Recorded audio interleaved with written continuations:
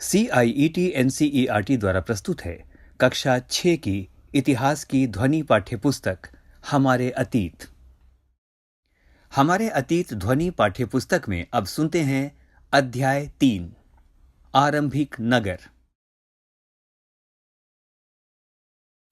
पृष्ठ संख्या 24। अध्याय 3 आरंभिक नगर। पुराने भवन का संरक्षण। जसपाल और हरप्रीत अपने घर के पास की गली में क्रिकेट खेल रहे थे। उन्होंने देखा कि कुछ लोग उस खंडहर घर की तारीफ कर रहे थे जिसे गली के बच्चे भूताहा घर कहा करते थे। एक ने कहा, इसकी वास्तुकला को देखो।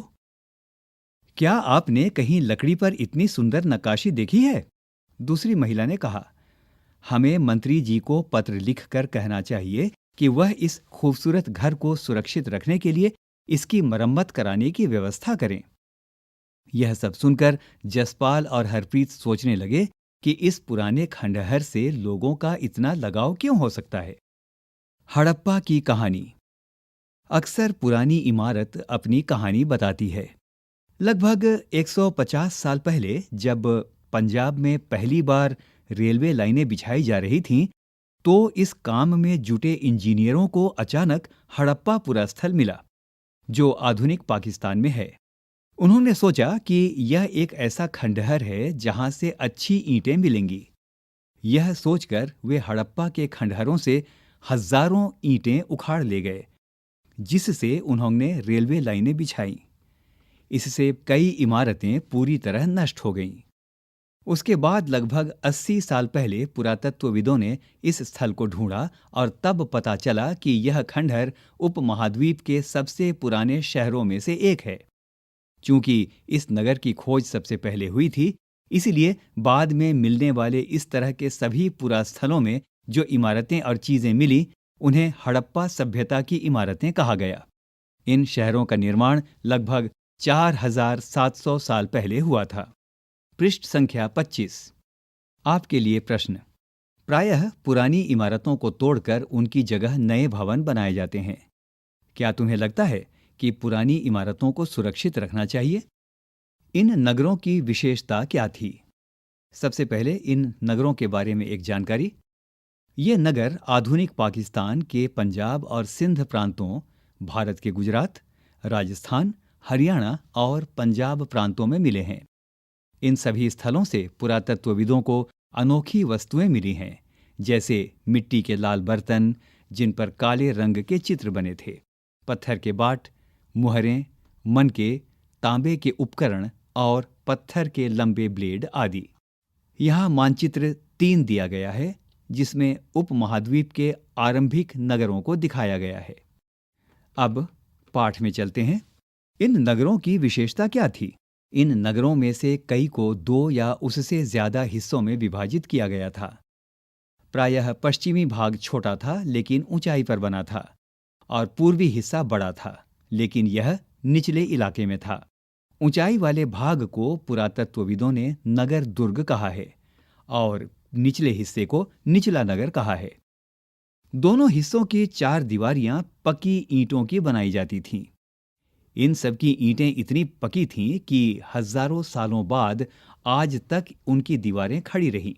दीवार बनाने के लिए ईंटों की चिनाई इस तरह करते थे जिससे कि दीवारें खूब मजबूत रहें। कुछ नगरों के नगर दुर्ग में कुछ खास इमारतें बनाई गई थीं। मिसाल के तौर पर मोहनजोदड़ो में खास तालाब बनाया गया था, जिसे पुरातत्वविदों ने महान स्नानागार कहा है। इस तालाब को बनाने में ईंट और प्लास्टर का इस्तेमाल किया गया था। इसमें पानी का रिसाव रोकने के लिए प्लास्टर के ऊपर चारकोल की परत चढ़ाई गई थी। इस सरोवर में 2 तरफ से उतरने के लिए सीढ़ियां बनाई गई थीं और चारों ओर कमरे बनाए गए थे। इसमें भरने के लिए पानी कुएं से निकाला जाता था। उपयोग के बाद इसे खाली कर दिया जाता था। शायद यहाँ विशिष्ट नागरिक विशेष अवसरों पर स्नान किया करते थे। कालीबंगा और लोथल जैसे अन्य नगरों में अग्नि कुंड मिले हैं, जहाँ संभवतः यज्ञ किए जाते होंगे। हड़प्पा, मोहनजोदड़ो और लोथल जैसे कुछ नगरों में बड़े बड़े भंडार गृह मिले हैं। पृष्ठ संख्या 26। इस पृष्ठ पर सबसे पहले एक चित्र दिया गया है जो सिंधु घाटी की सभ्यता में पाए गए महान स्नानागार का चित्र है। एक और चित्र यहाँ पर हम देख सकते हैं जिसमें यह बताया गया है कि हड़प्पा के नगरों में ईंटों की चिनाई किस प्रकार होती थी। अब पाठ। भवन, नाले और सड़कें। इन नगरों के घर आमतौर पर 1 या 2 मंजिले होते थे। घर के आंगन के चारों ओर कमरे बनाए जाते थे। अधिकांश घरों में एक अलग स्नान घर होता था और कुछ घरों में कुएं भी होते थे। कई नगरों में ढके हुए नाले थे। इन्हें सावधानी से सीधी लाइन में लगाया जाता था। इस नाली में हल्की ढलान होती थी ताकि पानी आसानी से बह सके। अक्सर घरों की नालियों को सड़कों की नालियों से जोड़ दिया जाता था, जो बाद में बड़े नालों में मिल जाती थीं। नालों के ढके होने के कारण इनमें जगह जगह पर मेन होल बनाए गए थे, जिनके जरिए इनकी देखभाल और सफाई की जा सके। घर, नाले और सड़कों का निर्माण योजनाबद्ध तरीके से एक साथ ही किया जाता था। यहां पर वर्णित घरों और पिछले अध्याय में वर्णित घरों में तुम्हें क्या अंतर दिखाई देता है? कोई 2 अंतर बताओ। पृष्ठ संख्या 27। सबसे पहले चित्र की व्याख्या। इस पृष्ठ पर सबसे ऊपर मोहनजोदड़ो की एक सड़क और उसमें बना नाला है। एक कुआं बाईं ओर नीचे दिखाया गया है और हड़प्पा की एक मुहर यहां दिखाई गई है। इस मुहर के ऊपर के चिन्ह एक खास लिपि में हैं। उपमहाद्वीप में पाए गए लेखन का यह प्राचीनतम उदाहरण है। विद्वानों ने इसे पढ़ने की कोशिश की है, लेकिन अभी तक यह पता नहीं चल पाया कि इसका अर्थ क्या है। दाईं ओर नीचे पकी मिट्टी के खिलौनों का चित्र दिया गया है। अब पाठ। नगरीय जीवन। हड़प्पा के नगरों में बड़ी हलचल रहा करती होगी। यहाँ पर ऐसे लोग रहते होंगे जो नगर की खास इमारतें बनाने की योजना में जुटे रहते थे। ये संभवतः यहाँ के शासक थे। यह भी संभव है कि ये शासक लोगों को भेजकर दूर दूर से धातु, बहुमूल्य पत्थर और अन्य उपयोगी चीजें मंगवाते थे। शायद शासक लोग खूबसूरत मनकों तथा सोने चांदी से बने आभूषणों जैसी कीमती चीजों को अपने पास रखते होंगे। इन नगरों में लिपिक भी होते थे जो मुहरों पर तो लिखते ही थे और शायद अन्य चीजों पर भी लिखते होंगे जो बच नहीं पाई हैं। इसके अलावा नगरों में शिल्पकार स्त्री पुरुष भी रहते थे जो अपने घरों या किसी उद्योग स्थल पर तरह तरह की चीजें बनाते होंगे। लोग लंबी यात्राएं भी करते थे और वहां से उपयोगी वस्तुएं लाते थे और साथ ही लाते थे सुदूर देशों की किस्से कहानियां। मिट्टी से बने कई खिलौने भी मिले हैं जिनसे बच्चे खेलते होंगे। आपके लिए काम। नगर में रहने वाले लोगों की एक सूची बनाओ। क्या इनमें से कुछ ऐसे लोग हैं जो मेहरगढ़ जैसे गांव में रहते थे? पृष्ठ संख्या 28। सबसे पहले चित्र का विवरण। यहां पत्थरों के बाट का चित्र दिया गया है। पत्थर के बाट देखो। कितने ध्यान से और उपयुक्त तरीके से इन बाटों को बनाया गया है। इन्हें चर्ट पत्थर से बनाया गया था। इन्हें शायद बहुमूल्य पत्थर और धातुओं को तौलने के लिए बनाया गया होगा। एक चित्र और है, मध्य में बाएं मनके। इनमें से कई कार्नीलियन पत्थरों से बनाए गए थे। पत्थरों को काट और तराश कर मनके बनाए गए।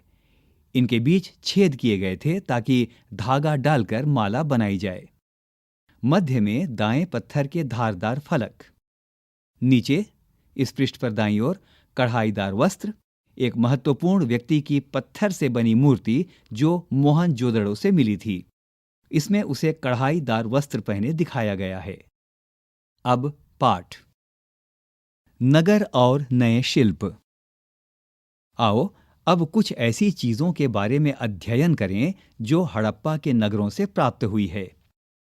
पुरातत्वविदों को जो चीजें वहां मिली हैं उनमें अधिकतर पत्थर, शंख, तांबे, कांसे, सोने और चांदी जैसी धातुओं से बनाई गई थीं। तांबे और कांसे से औजार, हथियार, गहने और बर्तन बनाए जाते थे। सोने और चांदी से गहने और बर्तन बनाए जाते थे। यहाँ मिली सबसे आकर्षक वस्तुओं में मनके, बाट और फलक हैं, जिनका विवरण हम चित्रों के माध्यम से सुन चुके हैं। हड़प्पा सभ्यता के लोग पत्थरों की मुहरें बनाते थे। इन आयताकार मुहरों पर सामान्यतः जानवरों के चित्र मिलते हैं। इन्हें पृष्ठ 27 पर देखा जा सकता है।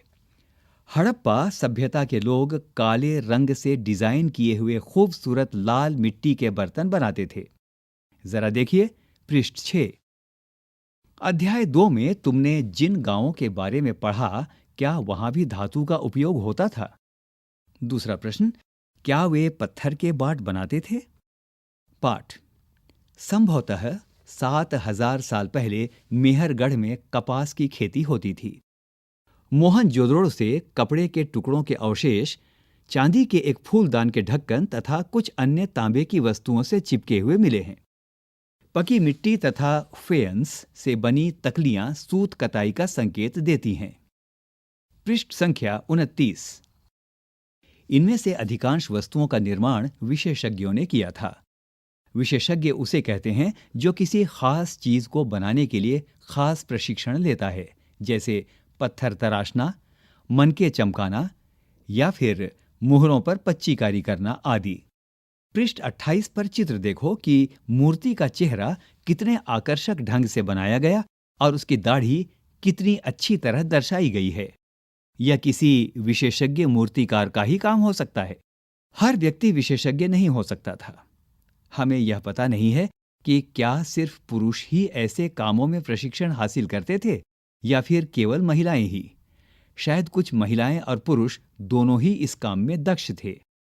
यहाँ एक चित्र दिया गया है जिसका शीर्षक है फेयंस। इसका वर्णन इस प्रकार से है, पत्थर और शंख प्राकृतिक तौर पर पाए जाते हैं, लेकिन फेयंस को कृत्रिम रूप से तैयार किया जाता है। बालू या स्फटिक पत्थरों के चूर्ण को गोंद में मिलाकर उनसे वस्तुएं बनाई जाती थीं। उसके बाद उन वस्तुओं पर एक चिकनी परत चढ़ाई जाती थी। इस चिकनी परत के रंग प्रायः नीले या हल्के समुद्री हरे होते थे।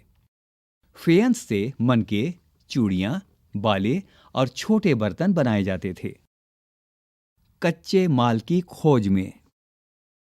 कच्चा माल उन पदार्थों को कहते हैं जो या तो प्राकृतिक रूप से मिलते हैं या फिर किसान या पशुपालक उनका उत्पादन करते हैं, जैसे लकड़ी या धातुओं के अयस्क प्राकृतिक रूप से उपलब्ध कच्चे माल हैं। इनसे फिर कई तरह की चीजें बनाई जाती हैं। मिसाल के तौर पर किसानों द्वारा पैदा किए गए कपास को कच्चा माल कहते हैं, जिससे बाद में कताई बुनाई करके कपड़ा तैयार किया जाता है। हड़प्पा में लोगों को कई चीजें वहीं मिलती थीं, लेकिन तांबा, लोहा, सोना, चांदी और बहुमूल्य पत्थरों जैसे पदार्थों का वे दूर दूर से आयात करते थे। पृष्ठ संख्या 30। सबसे पहले इस पृष्ठ पर दिए गए चीजों का वृत्तांत। चित्र 1, और वहां एक छोटे से वाहन का चित्र दिखाया गया है और एक प्रश्न पूछा गया है, चीजों को एक जगह से दूसरी जगह कैसे ले जाया जाता था? इन चित्रों को देखो, एक खिलौना है और दूसरी एक मुहर। क्या तुम बता सकते हो कि हड़प्पा के लोग यातायात के लिए किन साधनों का प्रयोग करते थे?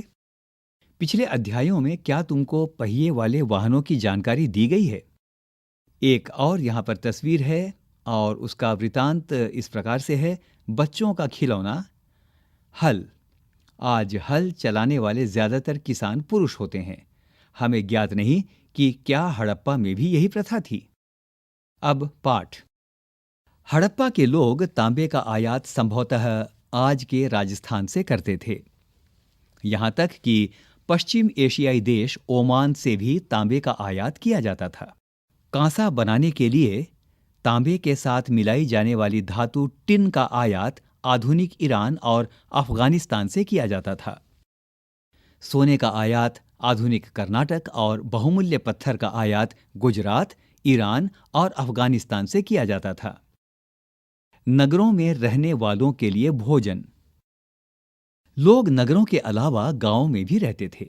वे अनाज उगाते थे और जानवर पालते थे।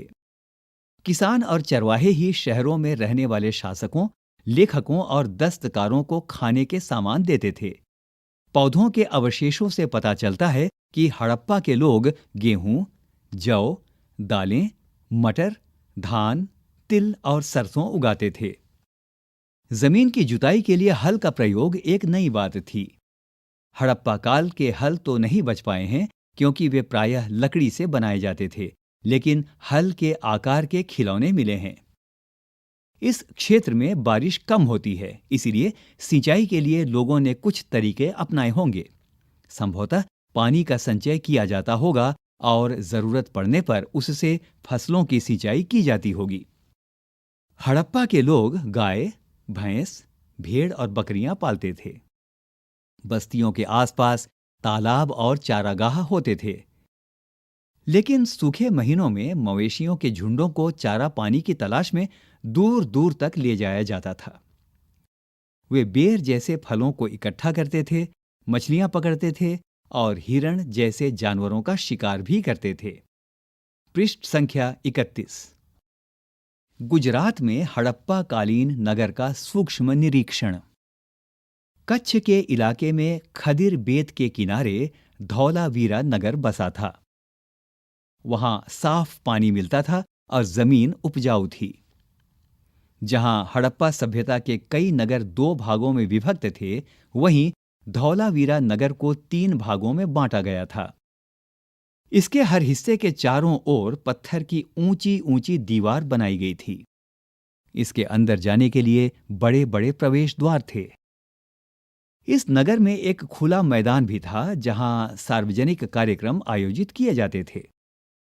यहां मिले कुछ अवशेषों में हड़प्पा लिपि के बड़े बड़े अक्षरों को पत्थरों में खुदा पाया गया है। इन अभिलेखों को संभवतः लकड़ी में जड़ा गया था। यह एक अनोखा अवशेष है जो आमतौर पर हड़प्पा के लेख मुहर जैसी छोटी वस्तुओं पर पाए जाते हैं। गुजरात की खंभात की खाड़ी में मिलने वाली साबरमती की एक उपनदी के किनारे बसा लोथल नगर ऐसे स्थान पर बसा था जहां कीमती पत्थर जैसा कच्चा माल आसानी से मिल जाता था। यह पत्थरों, शंखों और धातुओं से बनाई गई चीजों का एक महत्वपूर्ण केंद्र था। इस नगर में एक भंडार गृह भी था। इस भंडार गृह से कई मुहरें और मुद्रांकन या मुहरबंदी यानी गीली मिट्टी पर दबाने से बनी उनकी छाप मिले हैं। इस पृष्ठ पर लोथल के बंदरगाह का चित्र दिया गया है। यह बड़ा तालाब लोथल का बंदरगाह रहा होगा जहां समुद्र के रास्ते आने वाली नावें रुकती थीं। संभवतः यहां पर माल चढ़ाया उतारा जाता होगा। पृष्ठ संख्या 32। यहां पर एक इमारत मिली है जहां संभवतः मनके बनाने का काम होता था। पत्थर के टुकड़े, अधबने मनके बनाने वाले उपकरण और तैयार मनके भी यहां मिले हैं। यहां एक चित्र दिया गया है जो मुद्रा या मुहर का है। मुहरों का प्रयोग सामान से भरे उन डिब्बों या थैलों को चिन्हित करने के लिए किया जाता होगा जिन्हें एक जगह से दूसरी जगह भेजा जाता था। थैले को बंद करने के बाद उनके मुहानों पर गीली मिट्टी पोतकर उन पर मुहर लगाई जाती थी। मुहर की छाप को मुहरबंदी कहते हैं। अगर यह छाप टूटी हुई नहीं होती थी तो यह साबित हो जाता था कि सामान के साथ छेड़छाड़ नहीं हुई है। आज भी मुहर का प्रयोग होता है। पता लगाओ कि मुहरों का उपयोग किस लिए किया जाता है। सभ्यता के अंत का रहस्य। लगभग 3900 साल पहले एक बड़ा बदलाव देखने को मिलता है। अचानक लोगों ने इन नगरों को छोड़ दिया। लेखन, मुहर और बाटों का प्रयोग बंद हो गया।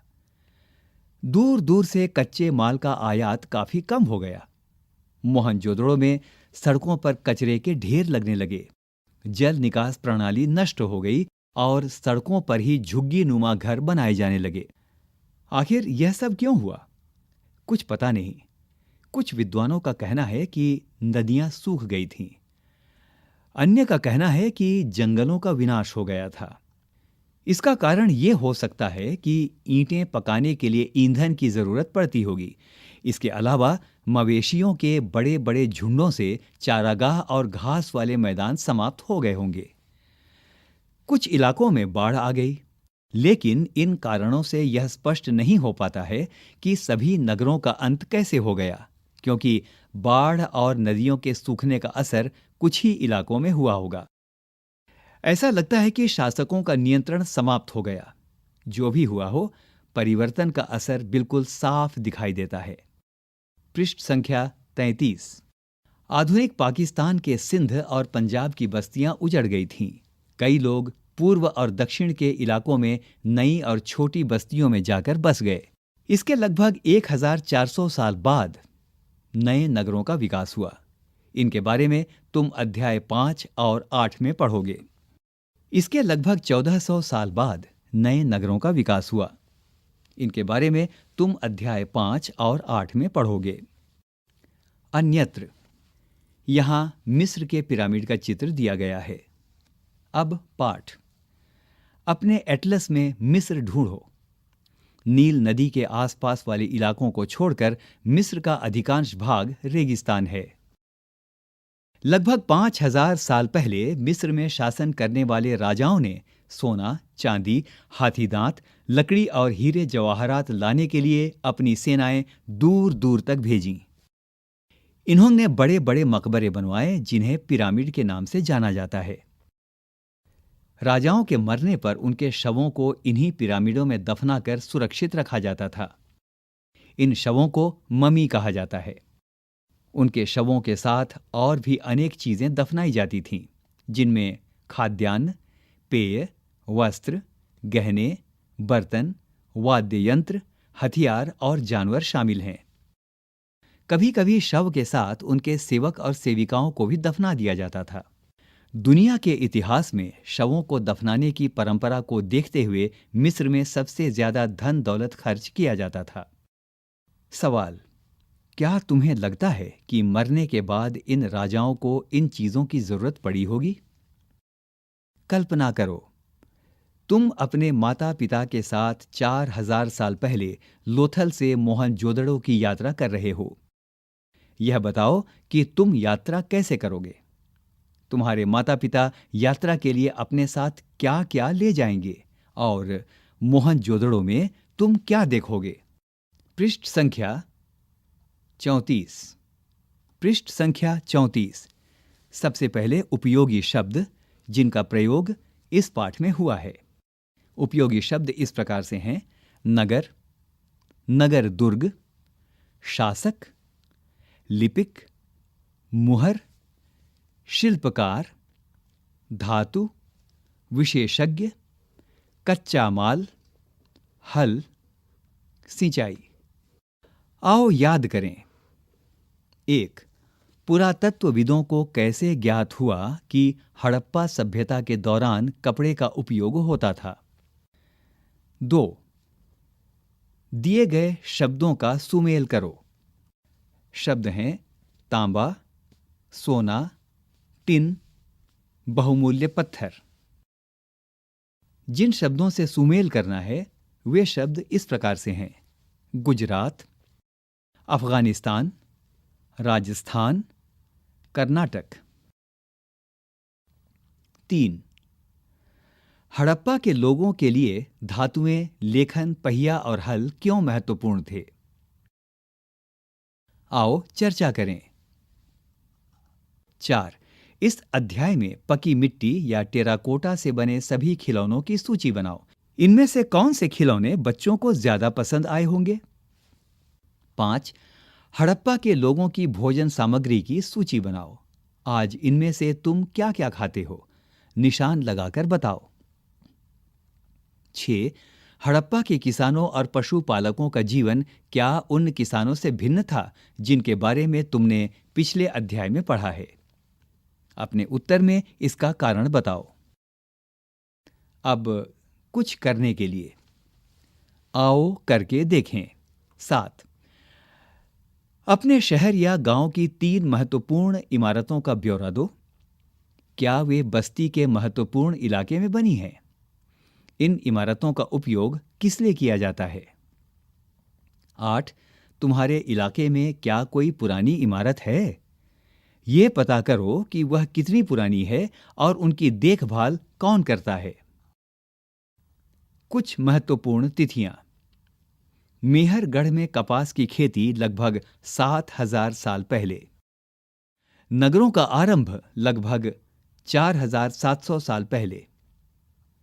हड़प्पा के नगरों के अंत की शुरुआत लगभग 3,900 साल पहले और अन्य नगरों का विकास लगभग 2,500 साल पहले। अभी आप सुन रहे थे कक्षा 6 की इतिहास की पाठ्यपुस्तक हमारे अतीत का तीसरा अध्याय, आरंभिक नगर।